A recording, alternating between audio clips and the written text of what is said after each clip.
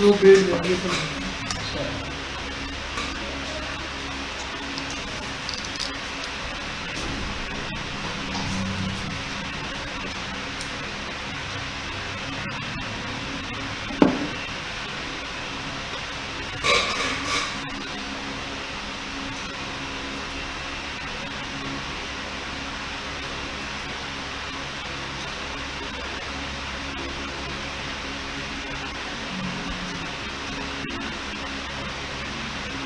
You are now unmuted. Good afternoon Aditi, good afternoon Rashi, good afternoon to all.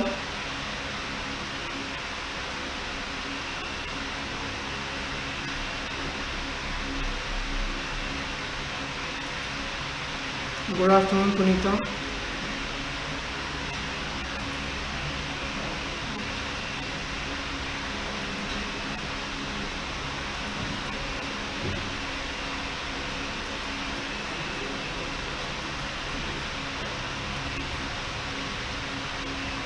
Okay, किया था ये question try, हुआ, बना ये क्वेश्चन? राशि अदिति किसी से बना? फटाफट से बता दो, डिस्कस करेंगे इसे। थोड़ा सा टाइम लगेगा इसमें, आप लोग देखो ध्यान से। बट बना किसी से ये क्वेश्चन?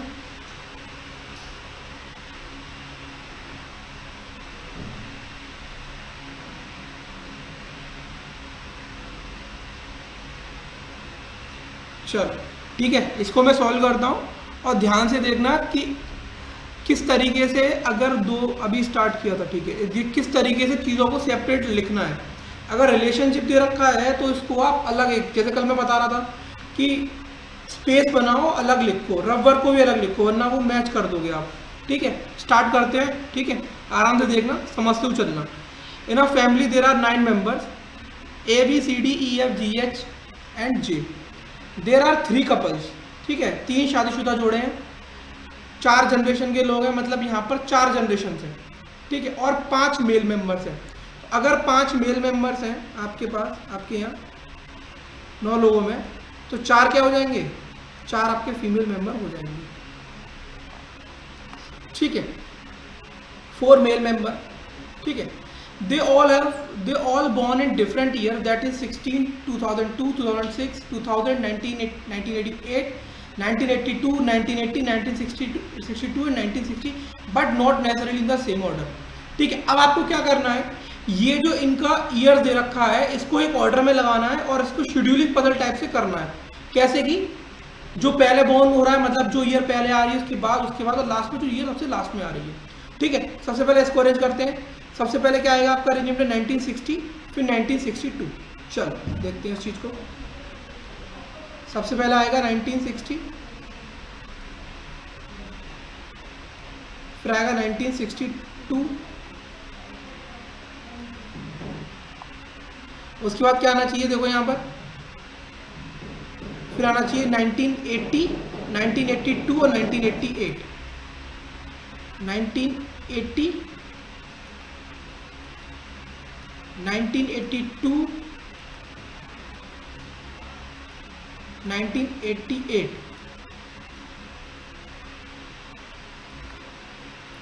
उसके बाद क्या आना चाहिए सीक्वेंस में? 2000। उसके बाद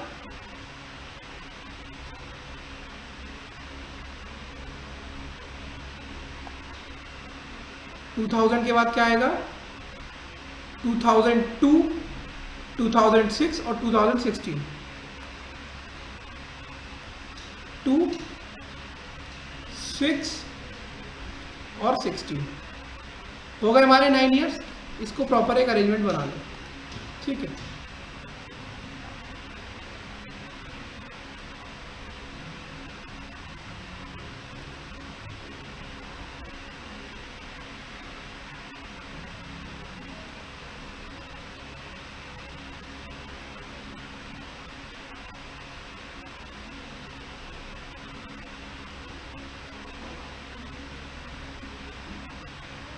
चलिए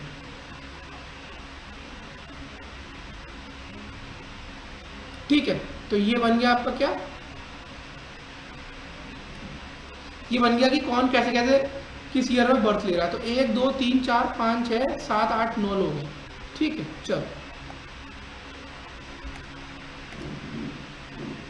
okay, but not necessarily in the same order. They earn different salaries per month, 18 15 20 16, ठीक है। तो इन सबकी अपनी अपनी अलग अलग सैलरी है। तो सैलरी लिखने के लिए आप क्या करो, यहाँ पर एक और कॉलम बना लो, यहाँ पर उनकी सैलरी लिख लेंगे, ठीक है। चलो, but not necessarily in the same order. Okay, अब यहां पर से अगर आप पहला स्टेटमेंट ही चेक करोगे तो F and K are married couple, तो आपको अब ये इन्होंने रिलेशन देना स्टार्ट कर दिया है, ठीक है। तो यहां पर मैं इस रिलेशनशिप को एक काम करता हूं, इसको 2 ब्लॉक में ब्रेक करता हूं, या एक काम करता हूं रिलेशनशिप को नेक्स्ट पेज पे लिखता हूं, ठीक है। जो भी मुझे दिया जाएगा, यहां पर क्या लिखा हुआ है, पहली लाइन पढ़ेंगे सब लोग ध्यान से। F and K are a married couple, F और के आर मैरिड कपल, तो इसको कैसे लिखोगे, यहाँ पर आप साइड से लिख लो, एफ और के ये क्या है, मैरिड कपल है। अब इसमें कौन वाइफ है कौन हस्बैंड है वो हमें नहीं पता, हमें सिर्फ इतना पता है कि दोनों एक मैरिड कपल है, ठीक है। चलो,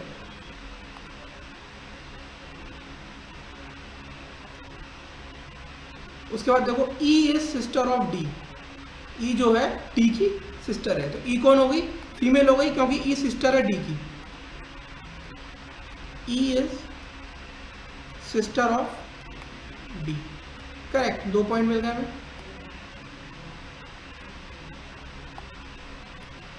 आगे देखो,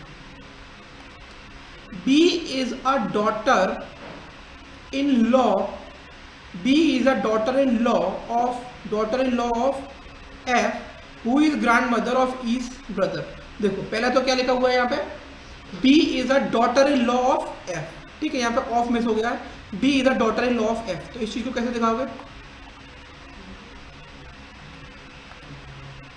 B is a daughter in law of F, ठीक है। इसका मतलब ये है कि बी की शादी एफ के बेटे से हुई होगी, करेक्ट बात है ये, बी की शादी एफ के बेटे से हुई होगी। इसको थोड़ा सा नीचे बना लेते हैं, इनकेस अगर ऊपर जनरेशन जाती है तो इसको मिडिल में बनाते हैं। B is a daughter in law of F, इसका मतलब इसकी शादी एफ के बेटे से हुई होगी, करेक्ट है ये चीज, ठीक है। और आगे देखते हैं,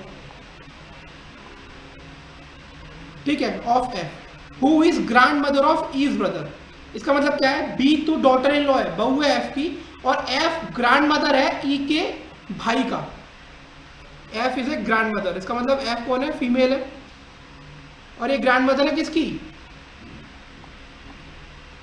grand mother of E's brother, E के भाई की। तो ई का भाई यहां पर कौन दिख रहा है, डी दिख रहा है, उस चीज को हम देख लेंगे, हो सकता है कि ई का और कोई भाई हो, ठीक है। तो ये यहां पर आ जाएगा इस जनरेशन में कहीं ना कहीं,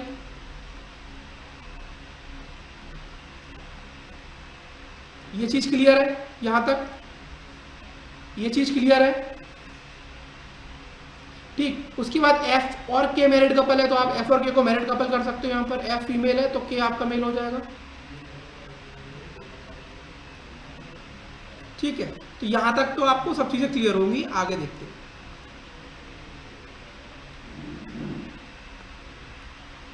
okay, B is a daughter in law of who is grand mother of E's brother.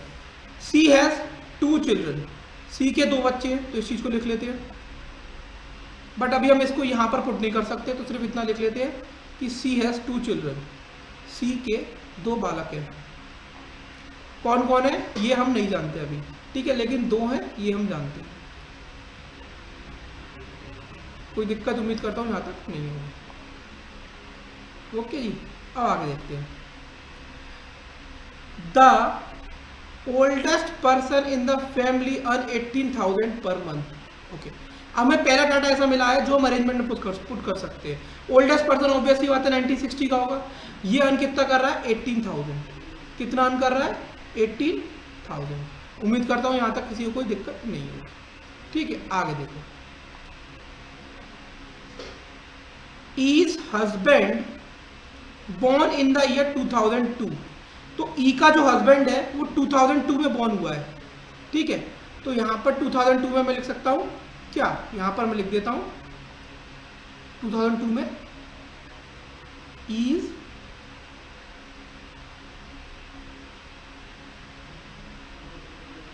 Husband, ठीक है, ई का हस्बैंड 2002 में बॉर्न हुआ है। अब यहाँ पर देखो, आप इसको ब्रांच को आगे बढ़ा सकते हो क्योंकि ई का हस्बैंड है यहाँ पर, तो एक इस तरीके से मैं पिक्चर बना सकता हूँ आगे की तरफ, ई का यहाँ पे एक हस्बैंड आएगा।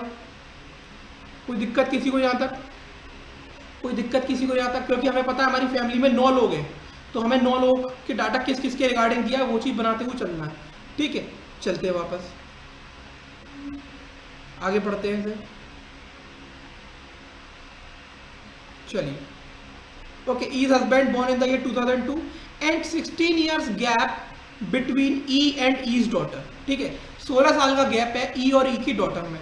चलो, तो हमें यहाँ पर एक चीज क्या मालूम पड़ी कि ई की एक डॉटर भी है, ई की एक डॉटर भी है, इसका मतलब इन दोनों की एक डॉटर है जो नीचे आएगी इस जनरेशन में। तो जो हमारा को क्वेश्चन में दिया हुआ था कि यहाँ पे 4 जनरेशन है, तो 4 जनरेशन कंप्लीट होगी। देखो कैसे, एक ये सबसे ऊपर, दूसरी ये जनरेशन, तीसरी ये, चौथी ये जनरेशन। तो हमारे मेंबर कितने हो गए? 1 2 3, और ऑब्वियसली बात है यहाँ पर भी एक जना आएगा, 4 5 6 7 और 8, ठीक है। और दूसरी चीज यहाँ पे क्या दे रखी है कि 16 years of gap between E and E's daughter, E और ई की बेटी में 16 साल का गैप है। तो इस चीज को आप यहां लिख लो, ई और ई की डॉटर में, ईज डॉटर, इन दोनों के बीच में 16 ईयर्स का गैप है, 16 सालों का, 16 ईयर, ठीक। कोई दिक्कत यहां तक?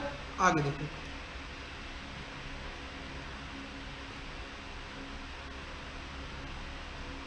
डी यहां तक हो गया, 16 year gap, E and E daughter. D born in the year 2006 and is father born in the year 1980, ठीक है, ये तो डायरेक्ट डाटा दिया हुआ है। D born in the year 2006 and is father born in the year 1980, इसको direct put कर सकते हैं। डी का बॉर्न हुआ है 2006 में और डी के फादर का बॉर्न हुए 1980 में, डीज फादर। कोई दिक्कत किसी को यहां तक? डी के फादर 1980 में बॉर्न हुए और डी 2006 में बॉर्न हुआ है। आगे देखते हैं, चलो। F has only 2 son, okay, F has only 2 son, मतलब एफ के सिर्फ 2 लड़के हैं। अब यहां पर कैसे पुट करोगे? एफ के 2 सन है, तो यहां पर एफ का एक सन तो दिख रहा है मुझे, यहां पर आ जाएगा, और एफ का एक और सन है, तो मतलब ये चीज आपकी यहां पर आ सकती है। अब देखो यहां पर एक चीज पहले बता दूं आपको, एफ का 2 सन है, ठीक है, तो दोनों में से कोई एक सन की बी से शादी हुई है, क्योंकि यहां पर अगर आप एक चीज देखो, आपके 9 मेंबर कंप्लीट हो चुके हैं, 1 2 3 4 5 6 7 8 9, तो यहां पर नया कोई मेंबर अब नहीं आ सकता, यहां पर नया कोई मेंबर अब आ नहीं सकता, ठीक है। चलो आगे देखते हैं, कहां पढ़ रहे थे हम लोग? F has only 2 son and B's husband born in the year 1982, B का जो भी हस्बैंड है वो 1982 में पैदा हुआ है, तो यहां पे लिख दूं बी हस्बैंड 1982 में पैदा हुआ है। किसी को कोई दिक्कत यहां पर नहीं होगी उम्मीद करता हूं, ठीक है। चलो, B's husband born in the year 1982 and his husband salary is 22,000 per month, मतलब बी का जो हस्बैंड है, एक तो वो 1982 में पैदा हुआ है और उसके हस्बैंड की सैलरी कितनी है? 22,000 पर मंथ है। तो इसको मैं डायरेक्ट लिख सकता हूँ यहाँ पर, क्योंकि यहाँ पर बी का हस्बैंड आएगा, उसकी सैलरी कितनी है? 22,000 पर मंथ। कोई दिक्कत राशि अभी तक? कोई दिक्कत क्वेश्चन में?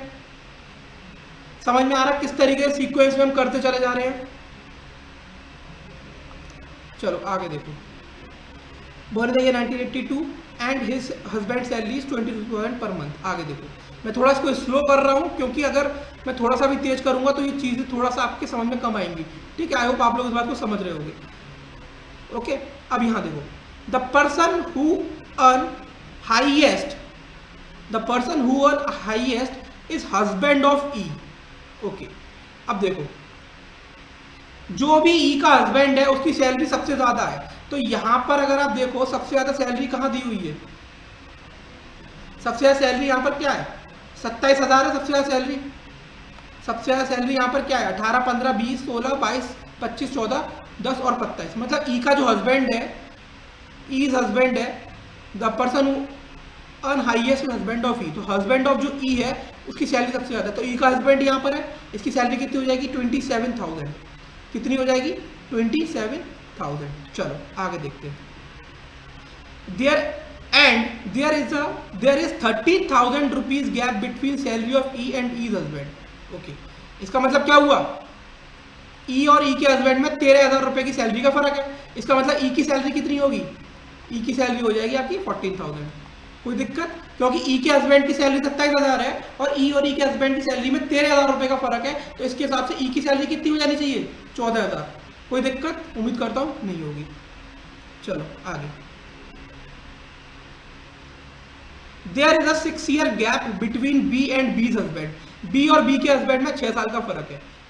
देखो बी का हस्बैंड ये रहा, और अगर बी का हस्बैंड 1982 में है तो बी या तो 1988 में हो सकता है, 1994 में हो सकता है। 1994 तो है ही नहीं, तो इसका मतलब बी कहां आ जाएगा, यहां आ जाएगा। क्लियर, यहां तक क्लियर? ओके, यहां पर हो गया। के has earn 15,000 per month and his sons earn 20,000। Okay, K की सैलरी कितनी है 15,000 है, और के बेटे की सैलरी कितनी है 20,000 है, यहां लिखा हुआ है 20,000 रुपए है। देखते हैं, तो के किसी भी बेटे की इन दोनों में से 20,000 हो सकती है। ठीक है, चलो इस चीज को आप लिखना चाहो तो लिख लो। यहाँ पर के सन सैलरी इज 20,000, किसी एक हो सकती है। चलिए, के है earn 15,000 per month and sun earn 20,000। के is not the oldest person in the family. अब मुझे एक चीज बताओ, एफ और के में से ही तो कोई ना कोई ओल्डेस्ट पर्सन होगा फैमिली में। एफ और के में से तो कोई ना कोई एल्डेस्ट पर्सन होगा फैमिली में, लॉजिकली जाएंगे अगर तो, क्योंकि दादा दादी है। अगर के ओल्डेस्ट नहीं है तो एफ ओल्डेस्ट होगा, ऑब्वियस सी बात है। अगर के ओल्डेस्ट नहीं है तो एफ ओल्डेस्ट होगा, और ऑब्वियस सी बात है यार, के यहाँ पर आ जाएगा अपने आप ही। क्यों इस चीज में, ये चीज तो अपने आप समझ सकते हैं कि फैमिली में अगर दादा दादी हैं तो वही घर में सबसे बड़े होंगे, तो अगर के सबसे बड़ा नहीं है तो एफ बड़ा होगा, सेकंड पे कौन आ जाएगा, के आ जाएगा। करेक्ट है। चलिए आगे देखो, के is not the oldest person in the family and, okay यहां तक हो गया। And H is brother in law of D. Okay, H is brother in law of D. अब इस चीज को कैसे समझोगे, देखो H is brother in law of D. पहली चीज तो मेरी फैमिली में ये जो ट्री बना है इसमें कोई नया बंदा नहीं आ सकता, क्योंकि 9 लोगों का घर है और 9 लोग की जगह बन गई है। अब यहां पर क्या दिया हुआ है, H is brother in law of D. अब H brother in law of D का 2 केस में हो सकता है, आपने पढ़ा होगा ब्लड रिलेशनशिप में, मेरी बात को ध्यान से सुनना। H is the brother in law of D, ये 2 तरीके से हो सकता है, या तो डी की शादी हो जाए लड़की से या जो भी इसका जेंडर है, और उसका भाई इसकी ब्रदर इन लॉ हो, लेकिन यहाँ पे सदस्य और नहीं आ सकते, उसकी गुंजाइश नहीं है। तो H is the brother in law of D का मतलब हो गया कि डी की जो सिस्टर है ई, इसका पति होगा एच। हाँ, बस मैं आपको बता रहा था कि जो ब्रदर इन लॉ है वो 2 केस में हो सकता है। ठीक है, चलिए, तो ई का हस्बैंड हमें पता है कहाँ आ सकता है, यहाँ पर लिखा हुआ इज हस्बैंड, तो यहाँ पर कौन आ जाएगा, यहाँ पर एच आ जाएगा। ये चीज तो क्लियर हो गई है। चलो सर फर्स्ट केस क्या बताया आपने, अदिति देखो मैंने क्या बताया, ब्लड रिलेशनशिप आपने पढ़ा होगा, तो ब्लड रिलेशनशिप को ध्यान से समझो। जैसे अदिति एक काम करते हैं, ठीक है, एक मेल के रेस्पेक्ट में बात करते हैं। जैसे एक एग्जांपल, मैं अपने रेस्पेक्ट में बात करता हूं, मैं मेल हूं, ठीक है, मेरी किसी से शादी होती है तो वो फीमेल हो गया। अगर उसका कोई भाई है, मतलब मेरी वाइफ का कोई भाई है, तो वो मेरे लिए क्या होगा, ब्रदर इन लॉ होगा, पहला केस। अगर मैं मेल हूं, मेरी सिस्टर है, मेरी सिस्टर की शादी होती है, तो हम उसे हिंदी में जीजाजी बोलते हैं, तो वो जीजाजी इंग्लिश में क्या हुए, ब्रदर इन लॉ हुए। तो इन 2 केसेस में ब्रदर इन लॉ होता है, ये मैं एक्सप्लेन कर रहा था। देखिए समझ में आया।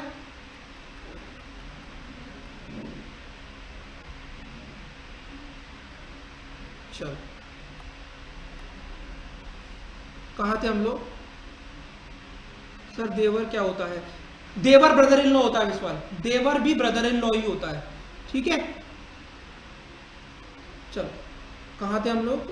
ये थे K is not oldest person, H is brother in law of D, हाँ, and J is a female person, J is a female person. अब देखो जे कहाँ आ सकता है, J is a female person, तो देखो जे फीमेल पर्सन, एक फीमेल ही हो गया, एक फीमेल ही हो गया, एक फीमेल ही हो गया, जे आ जाएगा यहाँ पर ई की डॉटर, ठीक है, जे की कहानी यहाँ पर आ गई। चलिए अब देखते हैं, the youngest person and lowest salary among all, यहां पर सबसे कम सैलरी कौन सी है? 10,000 रुपए है, और घर में यंगेस्ट पर्सन कौन है? जे, क्योंकि वो लास्ट जनरेशन में आ रहा है, तो यंगेस्ट पर्सन है, यंगेस्ट का मतलब क्या होगा? सबसे छोटा, मतलब लास्ट में आएगा, जे यहां आ जाएगा, इसकी सैलरी सबसे कम है यानी कि 10,000 रुपए है। उम्मीद करता हूं ये पॉइंट समझ में आया होगा सभी लोगों को। चलिए बहुत अच्छी बात है, चलो आगे। The youngest person earn lowest salary among all, D has earn second highest among all, second highest यहाँ पे क्या हो जाएगा? 25,000, तो डी की सैलरी कितनी होगी? 25,000, क्योंकि यहाँ लिखा है D has earns, D earns second highest among all, तो डी की सैलरी कितनी होगी? 25,000, तो डी यहाँ बैठा हुआ है, तो यहाँ पर आ जाएगा 25,000।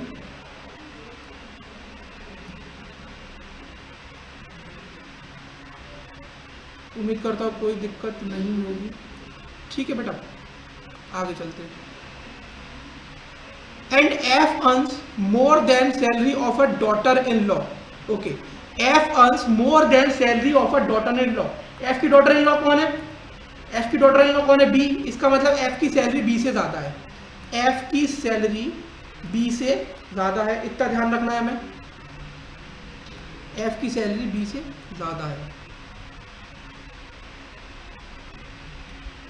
चलो ठीक है, D is on second highest among all, F earns more than the salary of a daughter-in-law, J is the daughter of, वो तो पहले क्लियर हो गया था, वो बताने की हमें जरूरत भी नहीं थी। अब आ जाओ यहाँ पर, ठीक है, घर में कितने तो पहले सदस्य का डिसाइड करते हैं, 5 मेल थे 4 फीमेल थे, 5 मेल थे 4 फीमेल थे, तो फीमेल तो आपके हो गए 1 2 3 4, बाकी के सब क्या है? मेल है, हो गए 1 2 3 4। अब देखो सी के 2 बच्चे हैं, तो सी यहां नहीं आ सकता, सी ऊपर नहीं आ सकता यहां पे, तो सी या तो यहां पे आएगा या तो सी यहां पर आएगा, ठीक है। तो अब आपके पास बचा कौन है? एफ के ए एच ई डी और ए, तो या तो यहां पर ए आएगा, देखो पहली बात यहां पर सी आएगा क्योंकि सी के 2 बच्चे हैं, ई और डी। अब ये नहीं पता कि जो बी है वो ए की वाइफ है या सी की वाइफ है, समझ रहे मेरी बात? समझ रहे हो मेरी बात? सी के 2 बच्चे हैं, अब ये जो बी है, हाँ, सी बीज हस्बैंड, सी इज बीज हस्बैंड। नहीं आदिति, ये चीज क्लियर नहीं है, देखो बी सी के 2 बच्चे हैं, अब बी जो है, हाँ बोलो राशि, इसमें ये भी तो नहीं दे रखा ना कि एक की शादी हो रखी है, हाँ तो ऐसा भी नहीं, और अगर हाँ वही मैं बोल रहा हूँ कि इसके बारे में कुछ भी नहीं पता, हो सकता है सी की शादी हो गई हो, वाइफ नहीं हो, 2 बच्चे हैं, ए की शादी नहीं हो, ए की शादी हो गई हो, ठीक है। तो मैं वही बोल रहा हूँ कि अभी ये डाउटफुल है कि बी इसकी वाइफ है या बी इसकी वाइफ है, ठीक है राशि? डाउट है अभी इसमें, इस चीज में? ये हो गया हमारा कंप्लीट, ये हो गया, ये कर लिया, ठीक है राशि? आ जाओ, तो अब इस पर आ जाओ सर। हाँ। नहीं मतलब इसमें दे रखा है कि सी के 2 बच्चे हैं, हाँ, तो उसमें ये भी तो नहीं दे रखा कि ए की और बी की शादी हो रखी है, अगर सी के बच्चे होंगे तो उसकी वाइफ का भी तो पता होना चाहिए ना फिर। हाँ तो वो ठीक है, हो सकता है आप वाइफ ऑफ सी नहीं हो, अलाइव नहीं हो, तो वो चीज़ डिपेंड करेगी कैसे बन रही है कंडीशन। अगर हो सकता है क्वेश्चन के रिगार्डिंग वो इसको डाउटफुल केस में छोड़ दें, है ना? हो सकता है कि एक और एलिमेंट दे रखा है उसके हिसाब से चीज़ कंफर्म हो जाए, ठीक है। अभी के लिए कंफर्म नहीं बोल सकते, हो भी सकता है नहीं भी। वैसे कि नॉर्मल केस में आप बी को सी का सी की वाइफ बनाओगे क्योंकि बच्चे उसके देख रहे हैं, but let us see condition fulfil होती है कैसे। आ जाओ इधर, ई और ई का क्या लिखा है? सन बर्थडे, यही है ना, ई और सन, ठीक है। आ जाओ यहाँ पर, देखो ये डी का फादर कौन है यहाँ पे, सबसे पहले इसको पुट कर लो। देखो डी का फादर, अब सी भी सी है, डी का फादर तो सी है, उसमें तो कोई डाउट ही नहीं है। डी का फादर सी है, उसमें कोई डाउट नहीं, क्योंकि सी के 2 बच्चे हैं, वो दिया हुआ है साफ साफ। तो डी का फादर कौन हो गया? सी। सी आ जाएगा यहाँ पे। अब राशि यहाँ पर देखो क्या लिखा है, बीज हस्बैंड, अगर बेटा यहाँ पर बी का हस्बैंड सी है तो फिर सी तो दो जगह आ जाएगा, क्योंकि डी का फादर तो सी होना है कंपलसरी, क्योंकि सी के दो बच्चे हैं। अब बी का हस्बैंड अगर आप सी पुट करोगे तो एक वेरिएबल दो जगह कैसे आ जाएगा राशि? इनकी एज डिफरेंस गलत हो जाएगी फिर। हाँ, इसलिए क्वेश्चन के रेस्पेक्ट में रिक्वायरमेंट को कंप्लीट करने के लिए यहाँ पर ए ही आएगा और कोई ऑप्शन नहीं बच रहा। ठीक है, अब बी का जो ए का हस्बैंड ये जो है इसको आप यहाँ से काट दो और ए की शादी होगी बी से, क्योंकि रिक्वायरमेंट को फुलफिल करना था क्वेश्चन की। ठीक है अदिति, क्लियर हुआ? क्योंकि आपने ऐसा, क्योंकि एक जना दो साल अलग अलग साल में पैदा नहीं हो सकता ना। चलो, सी आ गया, ए आ गया, बी आ गया, एच डी जे आ गया, तो बचा कौन है? A B C D E बच गया ना। ई को यहाँ पुट कर दो, ई एफ जी एच। ठीक है, अब देखो ई और ई का ये क्या लिखा हुआ है? ई के सन में 16 साल का फर्क है, तो ई की डॉटर में, ई और ई की डॉटर में 16 साल का फर्क वो तो ऑलरेडी दिख ही रहा है, कोई दिक्कत नहीं, इसको काट दो लाइन को। एफ बी से बड़ा है उसको देखते हैं। ई की सैलरी 14,000 रुपये है, वो यहाँ लिख दो, इसको काट दो। के की सैलरी 15,000 रुपये है, इसको यहाँ लिख दो, इसको काट दो। के सन की सैलरी 20,000 रुपये, तो के का सन यहाँ पर कौन है? के का सन एक तो ए है और एक तो आपका सी है, तो ए और सी में से किसी की सैलरी 20,000 रुपये है। ए और सी में से तो सी की होगी, क्योंकि ए की तो 22 दे रखी है, तो सी की हो जाएगी 20,000 रुपये। अब एफ की सैलरी 20 से ज़्यादा है, तो देखते हैं भाई हमारे पास बचा क्या है सैलरी में। 14,000 रुपये बचा है, 14,000 है किसी की सैलरी वहाँ पर। 18, 15, 20, 22, 14 हो गई। उसके बाद देखो 10, 27, 25, 22, 18, 15, 16, 15, 16 में से कुछ आ सकता है वहाँ पे? 15 ये रहा। एफ की सैलरी 20 से ज़्यादा है, 16 बच गया, 16 आ जाएगा यहाँ पे, 16,000। एफ की सैलरी 20 से ज़्यादा हो गई। क्लियर? पूरा क्वेश्चन डन हो गया।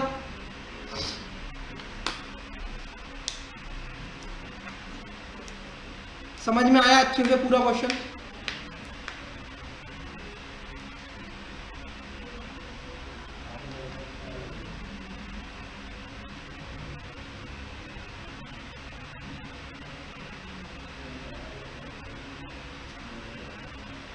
विश्वाल, यहाँ पर रिलेशन में सिर्फ और सिर्फ एक ही डाउट था, वो भी सी और बी का, सॉरी ए और बी, ए या बी किसकी वाइफ है, ए की या सी की। लेकिन अगर आप बी को सी की वाइफ बना रहे थे तो वहां पर दो वेरिएबल एक जगह आ रहे थे, और कंडीशन क्वेश्चन में दी क्या थी कंफर्मेशन वाली? वो ये कि सी के दो बच्चे हैं, कुछ भी कर लो सी के दो बच्चे हैं। अब बी को चाहे आप ए की वाइफ बना दो या सी की वाइफ बना दो। तो जब हमने दूसरा अरेंजमेंट देखा तो बी की जो वाइफ बी है वो ए की वाइफ ही बन सकती थी, अदरवाइज सी दो जगह आ रहा था। ठीक है, तो ये बना है आपका फाइनल फैमिली ट्री। थोड़ा सा गंदा बना है, बट आई होप आपको समझ में आया होगा, वो ज़्यादा इंपॉर्टेंट है। ठीक है, तो ये दोनों चीज़ें आप उतार लो, उसके बाद नेक्स्ट क्वेश्चन करेंगे। ठीक है, कोई डाउट किसी को? आदिति, विश्वास, राशि, किसी को कोई डाउट नहीं? आपने मैसेज कर दिया ऑलरेडी। ठीक है, तो ये उतार लो एक बार, उसके बाद नेक्स्ट क्वेश्चन देखेंगे। ये क्वेश्चन IBPS में आया था मेंस में, और ये 10 नंबर का था।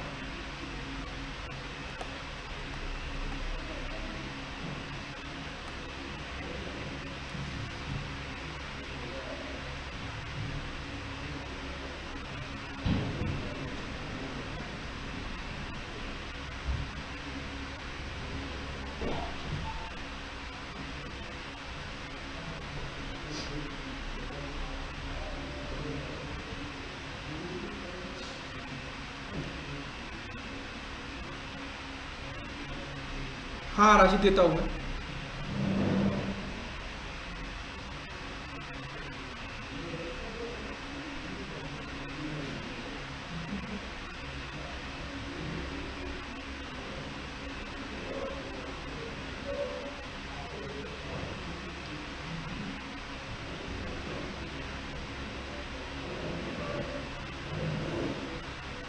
नहीं, उसका नहीं किया।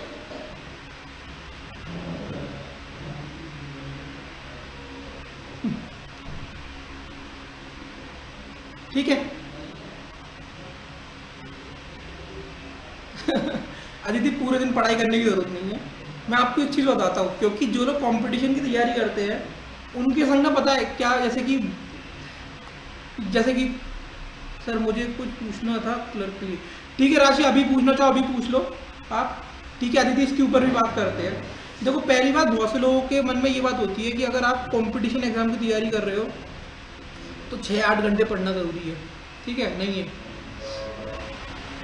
लाइफ में एक चीज़ इंपॉर्टेंट याद रखना, कोई भी चीज़ करो, कोई भी चीज़ कंटिन्यूएशन से आती है।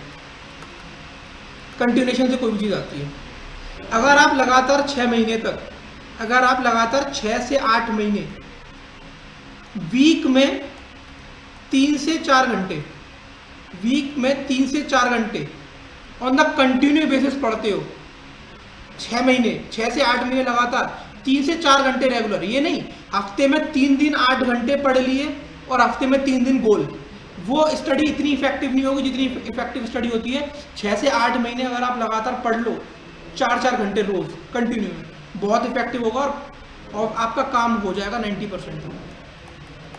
ठीक है, चलो राशि आप पूछ लेना। सर, हाँ राशि बोलो। ये जो क्लर्क वाला एग्जाम है, हाँ इसमें मैथ्स में मतलब सिंप्लीफिकेशन के कितने क्वेश्चंस आते हैं, क्वाड्रेटिक इक्वेशन के, एक बार वो बता दीजिए, मैं खुद भूल रही हूँ। क्लर्क का है ना, ये क्लर्क का है, हाँ जी सर। तो हो सकता है हाँ जी। 5 नंबर के तो आएगा सिंप्लीफिकेशन।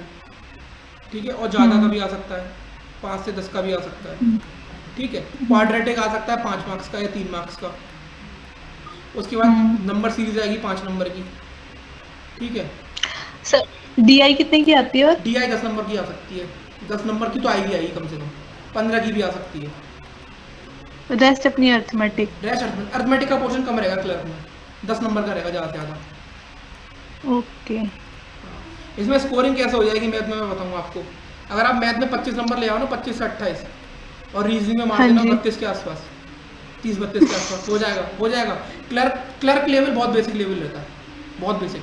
ठीक है, ठीक 30 है, आप ठीक है। अगर आप मेहनत कर रहे हो 30-32 अगर इधर ले आओ, 25 इधर मार लो और 15 नंबर इंग्लिश में ले आओ, 40-70-72 नंबर हो गए, पेपर निकल जाएगा आपका। अब इंग्लिश डिपेंड, इंग्लिश में 15 काफी है। इंग्लिश ईजी आता है क्लर्क का तो बहुत। अब मैंने 15 नंबर इसलिए बोला, हाँ। क्लर्क का 15 नंबर मैंने इसलिए बोला क्योंकि सबके हिसाब से भाई, कोई अगर बिलो एवरेज है तो 15 ले आए और इसमें ये 30-30 मार दे इधर तो अभी काम हो जाएगा। ठीक है, बट ठीक। क्लरिकल की इंग्लिश ईजी रहती है। हम्म। नहीं अदिति, ये IBPS क्लर्क का जो भी एग्जाम है 5 तारीख, 12 तारीख और 13 तारीख को जो कंडक्ट हो रहा है उसके बारे में पूछ रही राशि। ठीक है, चलो नेक्स्ट क्वेश्चन आपकी स्क्रीन पर आ रहा है, इसको ट्राई करना। चलिए ये ट्राई कीजिए क्वेश्चन, इसके लिए आपको 4 to 5 मिनट दिए जाएंगे।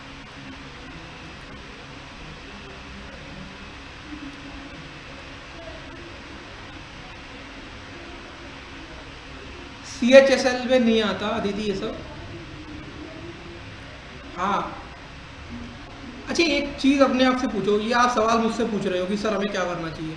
आपकी लाइफ में ऐसी कौन सी चीज़ है जो आप बेस्ट करते हो? आपकी लाइफ में आप ऐसी कौन सी चीज़ है जो बेस्ट करते हो? ठीक है, पहली चीज़। दूसरी चीज़, उसमें बेस्ट आप क्यों हो? ठीक है, वो चीज़ समझो, उसके हिसाब से जिस चीज़ को बेस्ट बनाना है उसको सिमिलर फैशन में करो जो चीज़ आपकी बेस्ट है, बात खत्म। सारे क्वेश्चनों का आंसर आपके पास खुद है अदिति। ठीक है, ये क्वेश्चन ट्राई करो।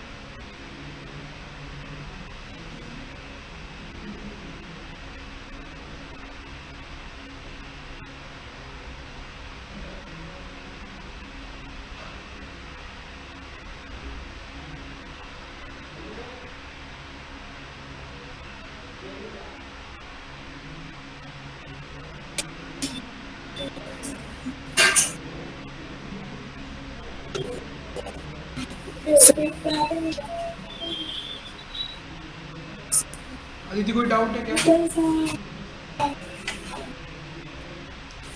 कोई डाउट है, कुछ पूछना है क्या आपको? सर आपकी आवाज कट रही है बहुत ज्यादा बेटा, आवाज आ रही है?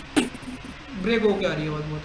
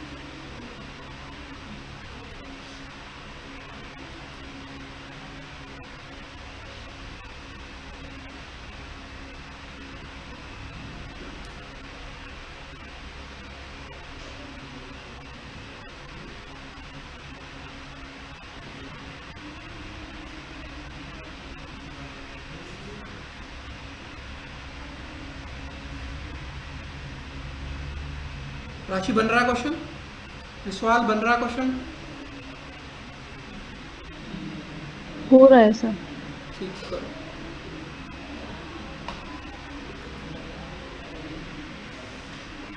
अगर आपकी प्रैक्टिस अच्छे लेवल पे ना तो क्लर्क पे आप आराम से 30 तो रीजनिंग में स्कोर कर लोगे, बहुत आराम से।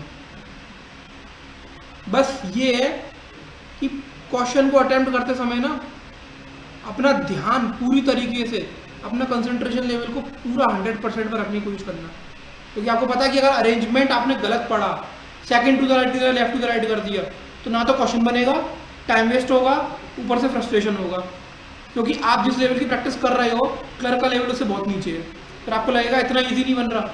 अगर वहाँ पर ईगो सेटिस्फाई करने बैठ गए तो क्लर्क का पेपर ही बिगड़ जाएगा। इसलिए ध्यान रखना कि कंसंट्रेशन लेवल इधर से उधर नहीं होना चाहिए बिल्कुल भी। सर वो पेपर हुए थे ना सितंबर में, क्लर्क और पीओ वाले। हाँ उसके हुए थे ये आपके आरआरबी ऑफिसर स्केल और ऑफिस असिस्टेंट के। हाँ हाँ जी, तो उसमें उन्होंने पैटर्न चेंज कर दिया था, वो हिंदी इंग्लिश वाला। हाँ, उसकी वजह से बहुत लोगों को प्रॉब्लम हुई, बहुत ज़्यादा। और उसकी वजह से सर मैंने 6 महीने लगातार पढ़ी थी उसके लिए और काफी ज्यादा प्रिपरेशन की थी। उसमें मेरे ना बहुत कम अटेम्प्ट्स हुए थे, तो उसके बाद मेरा मोटिवेशन लेवल जो है बहुत ऑफिसर स्केल में कितना लो अटेम्प्ट चला हुआ गया। था? 40 अबव हुए थे बस, हाँ 40 अबव। चलो, और ऑफिस असिस्टेंट में? उसमें 73 हुए थे। ऑफिस असिस्टेंट का पेपर बहुत सिंपल होता है, ऑफिसर स्केल में सब लोग सर इसलिए उसमें ना मेरे को टाइम एंड वर्क, बोटन स्ट्रीम और डिस्टेंस, टाइम एंड डिस्टेंस वाले क्वेश्चंस थे ना, वो नहीं आते थे मेरे को, तो उसमें से ही ज्यादा पूछे थे। हाँ उस वाले एग्जाम में मार्जिन ऑफ एरर नहीं होता, जीरो होता है। वहाँ पर आप कट ऑफ भी हाँ अगर जी सर। देखोगे ना ऑफिस असिस्टेंट में, सारी स्टेट्स में 70+ जाती है। 75 अबव होती है ज्यादातर। हाँ मतलब आप जैसे अगर उत्तर प्रदेश है तो वहाँ पर इस बार यूपी तो यू 75 नहीं, क्योंकि इस बार जो वैकेंसीज है ना वो 3 से 4 गुना है यूपी के अंदर, क्योंकि लास्ट टाइम जो वैकेंसी थी वो 400 के आसपास थी, इस बार 2000 है। और लास्ट टाइम कट ऑफ गई थी 71 पॉइंट समथिंग के आसपास यूपी की, तो उम्मीद है कि 68 तक जाएगी यूपी में, और बाकी और स्टेट्स में थोड़ी कम कम वैकेंसी रहती है। चलो हो गया ये क्वेश्चन, सॉल्व करें इसे। क्वेश्चन हुआ आप तीनों से? हाँ जी हो गया। चलो ठीक है। अदिति, विश्वास हुआ आपसे question?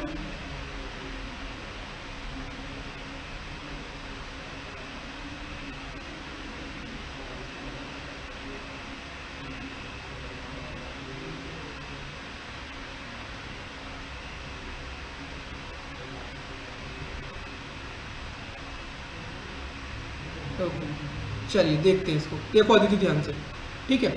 7% Tina, Pari and to Rita, Minu, Usha and Asha took a test on different days of a week starting from Monday to Sunday but not necessarily in the same order. Each of them scored different marks. ठीक है, 7 दिन है, यहाँ पर space नहीं है, यहाँ पर करते हैं मंडे, इसके बाद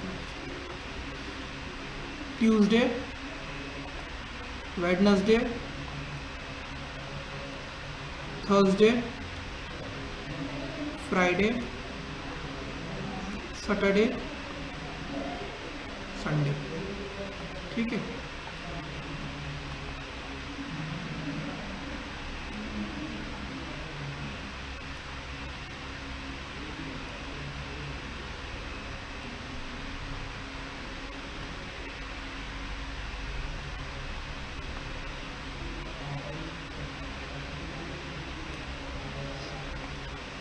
चलिए ठीक है।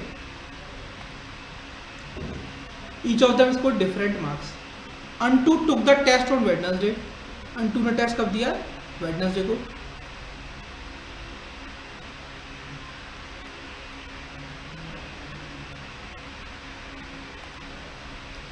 And the marks scored by him is an odd number. इसका मतलब ये अंटू का जो स्कोर है वो एक ऑड नंबर है, तो आप इसको यहाँ लिखना चाहो तो लिख सकते नीचे ऑड स्कोर, ऑड लिख दो। ठीक है, आगे the one who took the test on Friday scored 4 marks. Okay, मतलब जिस पर्सन ने फ्राइडे को टेस्ट दिया है उसके 4 नंबर आए हैं, तो यहां पर लिख दो 4 marks.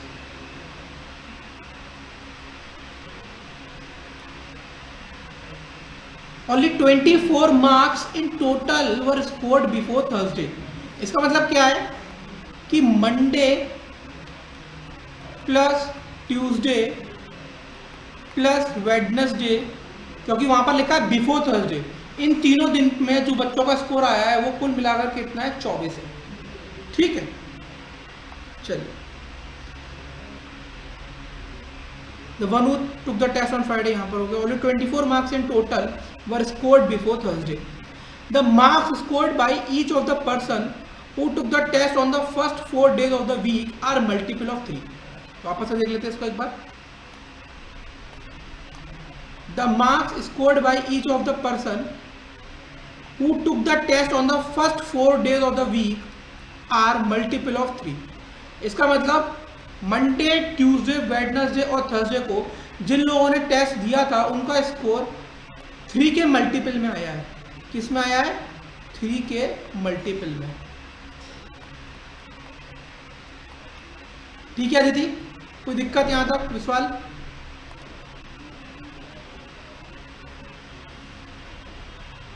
Okay, only 6 marks were scored on Tuesday. सिर्फ 6 नंबर आए ट्यूसडे को।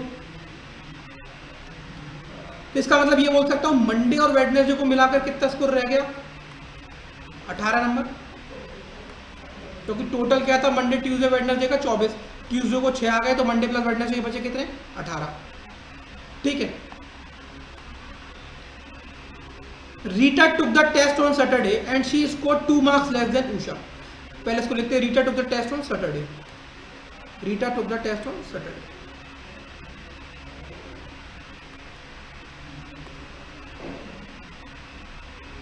And she scored 2 marks less than Usha. Rita का score, Rita scored 2 marks less than Usha, तो Rita is equals to Usha -2। ऐसे बोल सकता हूं, इस तरीके से बोल सकता हूं, नहीं बोल सकता दीदी? रीटा का स्कोर उषा से 2 नंबर कम है। चल कहाँ गया question? Rita took the test of Saturday, she scored 2 marks less than Usha. Asha took the test before Tina. Okay, इसका मतलब क्या है?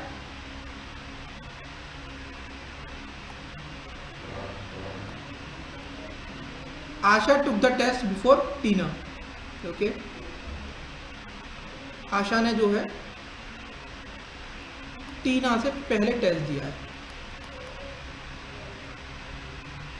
ठीक है, चलिए maximum marks were scored on Monday. कहने का मतलब ये है maximum marks were scored on Monday. अब एक बार बताओ मंडे को क्या क्या स्कोर हो सकता है? पहली बात ये ध्यान रखना कि मंडे और वेडनेसडे को कुल 18 मार्क्स है और मंडे को 3 के मल्टीपल में आया है। अब मंडे को 18 मार्क्स तो आ नहीं सकते क्योंकि 0 मार्क्स किसी का नहीं, कि सबका कुछ ना कुछ स्कोर आया है। ठीक है, तो अगर मंडे को 15 नंबर आते हैं तो वेडनेसडे को 3 नंबर आएंगे, कोई दिक्कत? ठीक, 15 और 3 का एक पेयर बना। सारी कंडीशन देखो, 12 और 6 का पेयर तो बन सकता था, लेकिन वेडनेसडे वाले के अगर 6 नंबर आएंगे तो ट्यूसडे और वेडनेसडे वाले के 6 नंबर हो गए। छः नंबर हो गए, पर क्वेश्चन में यहाँ पर ऊपर दिया हुआ है each of them score different marks, मतलब सबके अलग अलग स्कोर थे, तो 12 और 6 नहीं हो सकते। और ये भी ध्यान रखना है कि ये सारे मल्टीपल ऑफ 3 में हो, 9 नहीं हो सकते, और फिर 6 आएगा तो फिर 6 बराबर हो गए। इसलिए सिर्फ एक कंडीशन बन रही है कि मंडे को 15 नंबर आएंगे जो भी व्यक्ति टेस्ट देगा, और वेडनेसडे को कितने नंबर आएंगे, 3 नंबर आएंगे। क्या ये बात क्लियर हुई अदिति, विश्वास, ये बात क्लियर हुई? 12 और 15 नहीं हो सकते, 12 हो जाएगा तो 6 स्कोर हो जाएगा, 6 मतलब बराबर, बराबर किसी का स्कोर है नहीं, 9 लेंगे तो 9 भरना पड़ेगा, तो वो भी बराबर हो जाएगा। ठीक है राशि, ओके चलो आगे। कहाँ थे? मैक्सिमम मार्क्स और scored on Monday. Usha took the test on Thursday, Usha ने थर्सडे को टेस्ट दिया है, तो उषा यहाँ पर आ जाएंगी। चलिए, Usha took the test on Thursday. Pari scored twice the marks scored by Meenu, Pari scored twice the marks scored by Meenu. तो परी का जो स्कोर है twice the marks of Meenu, मतलब मीनू के स्कोर का जस्ट डबल है। Pari score twice the marks of Meenu, इस तरीके से लिख सकता हूं, हाँ या ना? चलो कहाँ गए हम लोग? Pari score twice the marks scored by Meenu, the marks scored by Meenu are 1 less than the marks scored by Antu. Okay, तो जो मीनू का स्कोर है वो अंटू के स्कोर से 1 कम है, अंटू के स्कोर से 1 कम है। इसका मतलब बोल सकता हूं अंटू के 3 नंबर है, तो मीनू के कितने नंबर होंगे? 2 नंबर होंगे। ठीक है, अब देखो मीनू के 2 मार्क्स हैं, तो मीनू कहां पे आ सकती है? यहां तो आ नहीं सकती, यहां पर उषा बैठी है, यहां पर 4 नंबर या रीटा है, तो मीनू आपकी यहां बैठ जाएगी, और मीनू के आ गए 2 नंबर। ठीक, अब परी का स्कोर मीनू से डबल है, इसका मतलब परी का स्कोर कितना हो जाएगा? 4, परी का स्कोर हो जाएगा 4। तो यहां पर 4 नंबर लाने वाला कौन है? फ्राइडे को है, तो परी यहां पे आ जाएगी।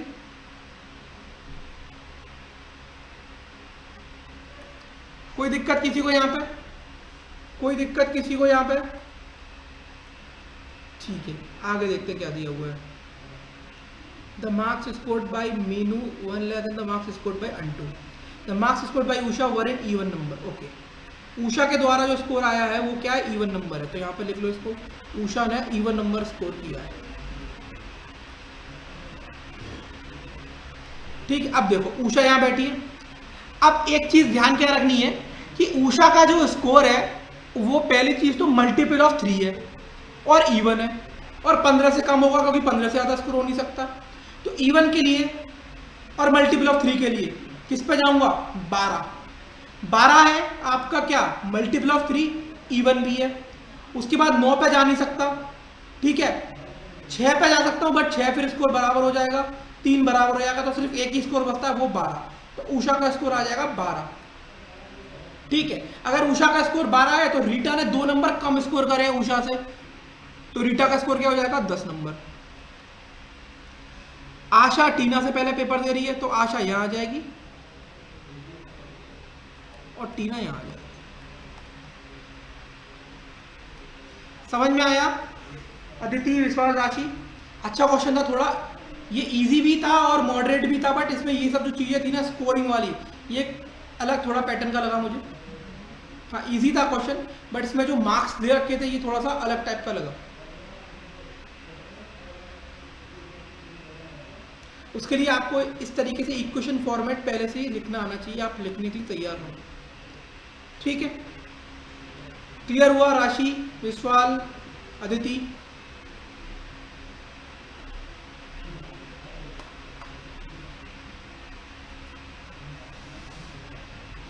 चलो इसके बेसिस पे कुछ क्वेश्चन है वो देखना चाहो देख लो, यहीं पर है question.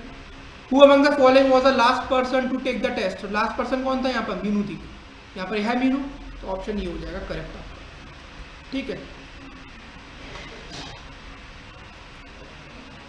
How many marks were scored by the person who took the test 2 days before Usha? Usha से 2 दिन पहले किसने दिया टेस्ट? टीना ने। टीना का स्कोर कितना है? 6। अब देखो यहाँ पर how many marks were scored by the person who took the test 2 days before Usha, तो उषा से पहले 2 दिन पहले टीना ने दिया है, बट यहाँ पर आंसर क्या हो जाएगा? नन ऑफ दीज हो जाएगा, क्योंकि ऑप्शन नहीं है। ठीक है,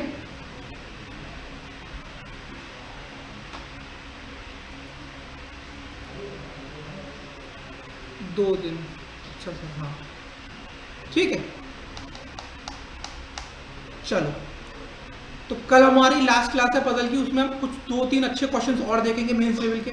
मेंस लेवल के क्वेश्चन ट्राई करेंगे, अच्छे लेवल के कुछ क्वेश्चंस देखेंगे। उसके बाद कल आपका पजल खत्म हो जाएगा। देन नेक्स्ट वीक से आपका 7 तारीख को आपका बैच फिनिश है।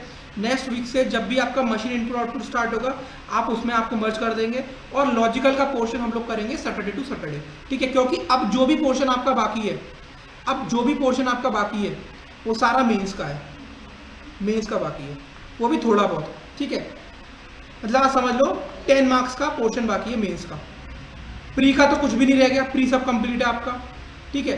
5 नंबर का मशीन इनपुट आउटपुट आता है आपका मेंस में, वो बाकी है, और 5 नंबर का लॉजिकल आता है, वो आपका बाकी है मेंस का। तो प्री के लिए आप तैयार हो, अपनी प्रैक्टिस स्टार्ट कर दो करना, मॉक टेस्ट लगाओ, मैक्स टू मैक्स स्कोर करो, क्योंकि पहले तो आपको प्री ही क्लियर करना पड़ेगा, तब आप मेंस दोगे, ठीक है। तो मशीन इनपुट आउटपुट आपका नेक्स्ट वीक स्टार्ट हो जाएगा, और लॉजिकल हम करेंगे वीकली सैटरडे को, ठीक है। कोई डाउट किसी को, कोई समस्या किसी बात की? कल कुछ और क्वेश्चन। कितनी क्लासेस का बचाया अभी? क्या बेटा? कितनी क्लासेस का बचाया अभी लॉजिकल और इनपुट आउटपुट? देखो, लॉजिकल के लिए लगेंगे 4 से 5 घंटे, assumption, argument, inference, course of action, ठीक है। 4 से 5 घंटे लगेंगे, 4 घंटे पकड़ लो। मशीन इनपुट आउटपुट को 4-5 घंटे लगेंगे, ठीक है। वो आपका नेक्स्ट वीक आपको मर्ज कर देंगे, तो मशीन इनपुट आउटपुट हो जाएगा, और सैटरडे टू सैटरडे लॉजिकल पढ़ लेंगे, ठीक है। ओके। तो प्री के लिए आप अब बस तैयारी में लग जाओ, प्रैक्टिस कर लो, ठीक है। तो प्री क्वालिफाई करना पड़ेगा पहले। हाँ दीदी, मैं कह रही थी ना कि जैसे मतलब हम ये पढ़ रहे हैं वो तो ठीक है, लेकिन सर जैसे ना मेरे को समझ नहीं आता कि मतलब एग्जाम के लिए मतलब कौन सा वेटेज के साथ क्या क्या सिलेबस है। अभी जैसे मैं CHSL दूंगी तो क्या आप तो सर मैं कहाँ से देख सकती हूँ सिलेबस? CHSL का सिलेबस, एक काम करो दीदी, CHSL का सिलेबस बेटा ऐसा है, ये चीज़ एक बार मैं ऑफिस में भी कंसल्ट करके आपको बता देता हूँ, और आपको ग्रुप में मैसेज डलवा देता हूँ कि आपको कहाँ से देखना है सिलेबस, ठीक है। वो क्या दीदी, या फिर मैं आपको सिलेबस फॉरवर्ड करवा दूँगा, ठीक है। वो क्या दीदी, SSC के लिए किरण की बुक से देख लो दीदी, हाँ ठीक है। ओके दीदी, फाइन, सेशन एंड करें, एंड करें बेटा, चलो ठीक है, ओके चलो, बाय बाय, टेक केयर, कल मिलते हैं कुछ और क्वेश्चंस के साथ। You are now muted.